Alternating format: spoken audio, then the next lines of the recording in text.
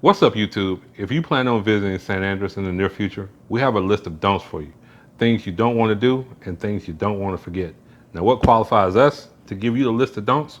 Well, I'm married to a native islander and they call themselves what? Raizal. Rizal. So we've been married for 17 years and I go to the island just about every year. I think we can give you a unique perspective on the don'ts you don't want to forget and the things you don't want to forget to do.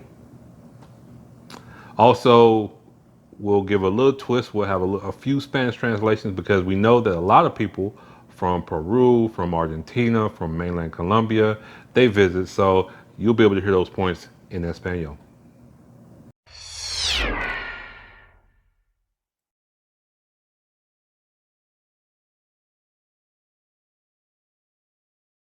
For our first don't, these are the places you don't want to forget to visit. And these are the most popular tourist attractions like Johnny Key, Heinz Key, the main beach on the outside of downtown, and the mangroves.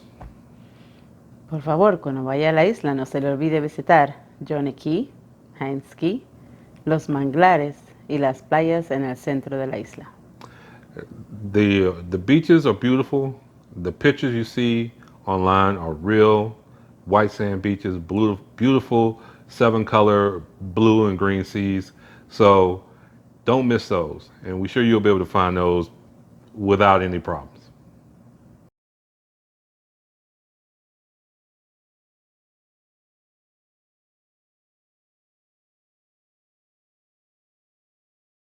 For our second don't forget to support the native island businesses. It's very easy to overlook these because when a lot of people come, they come in all inclusive trips that may just tour certain areas and may not go to these specific type businesses. Por favor, no se le olvide apoyar a los negocios nativos isleños, porque a veces cuando llegan con los viajes todo incluido, se les olvida ir a las tiendas, los restaurantes de los nativos, y esa es la mejor forma para ayudarnos en las islas, es comprando en estos negocios. And what's some of the actual restaurants or businesses that they could support? Paradise Farms, Morgan's Cave, Carolina Place, Westview, Miss Lydia. So those were all restaurants except for Morgan's Cave, which was a tour destination. Native House. Native House. And we'll talk more about Morgan's Cave and Native House in a second. It's very easy. The island's not very big. You can ask just around. about anybody. Ask your taxi if you're taking a taxi, and if you're taking the moto taxi, which is the motorcycle taxi, you can definitely ask that guy. Yeah.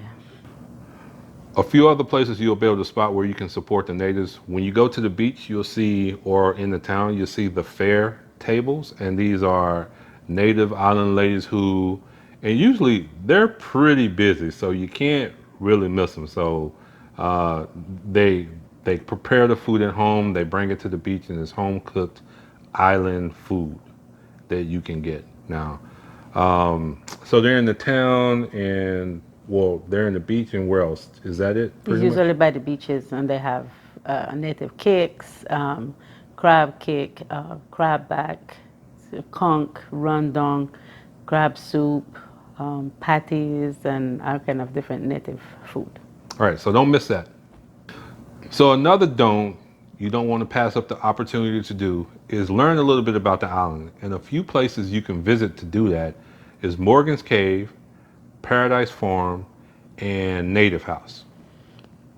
Cuando vayan a las islas para aprender acerca de la cultura de nosotros, tienen que visitar la Cueva de Morgan, Paradise Farms y la Casa Nativa. Now, in Morgan's Cave, obviously it is where Captain Morgan hid his treasure, and that's been found, and that was hundreds of years ago. But you can see where the treasure was hidden. You can see a lot of artifacts from that time, some cannonballs, some cannons, and things and artifacts that were left on the island by the pirates. And I think there's a nice little tour and a little show there too. What's Native House? Native House is like a museum where you go in and you will see all the things that our ancestors used to use, like how they wash, how they cook the artifacts that they use to harvest the coconut, which is abundant back then, and also oranges and all different type of irons and how they made the pots to prepare the meals and everything that used to happen back then to survive.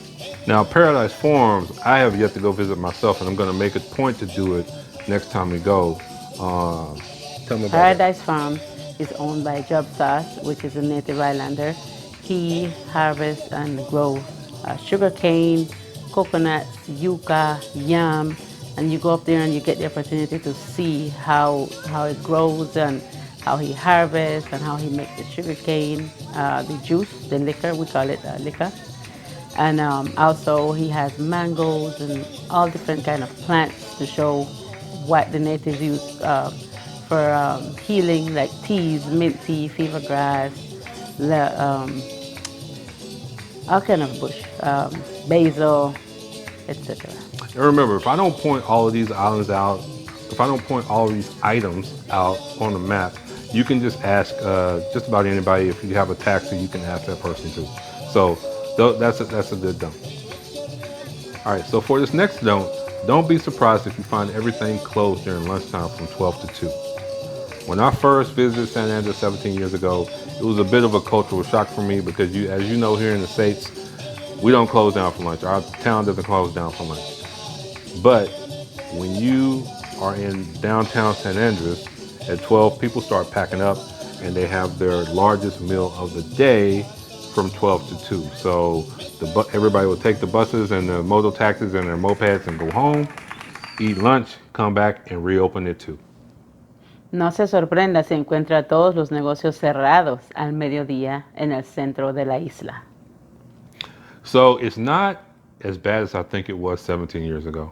If it was 100% shut down 17 years ago, maybe it's like 60 or 70% now. Yeah. So there's still a few things to do. Obviously, you can still hang out at the beach and do those types of things. But if you're walking around downtown, people are going to start shutting down and going home for lunch.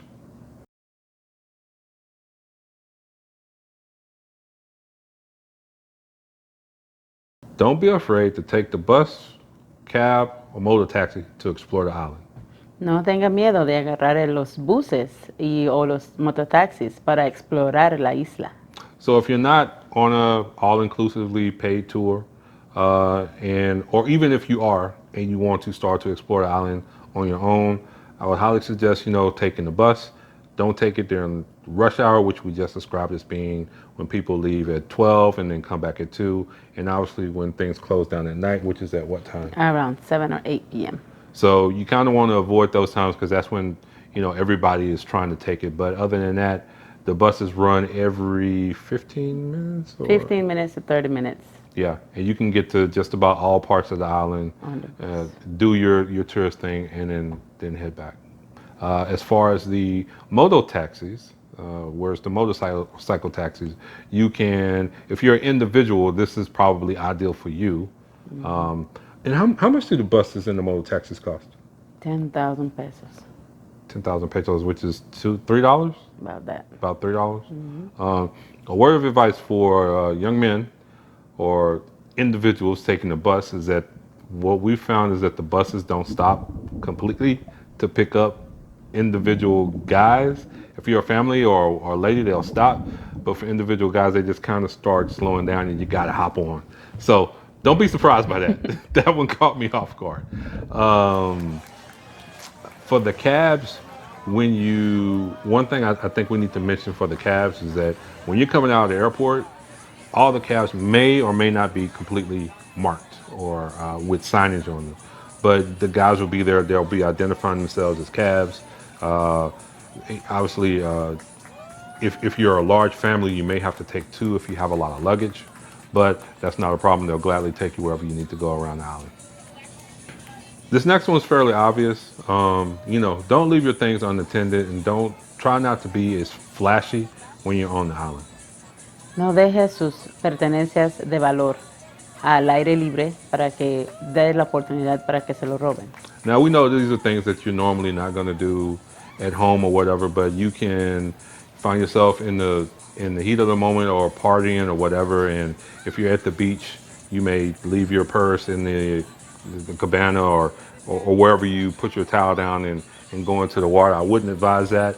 We haven't had any problems or anything with that, but we've always had somebody stationed at our towel or at our little, are they called cabanas?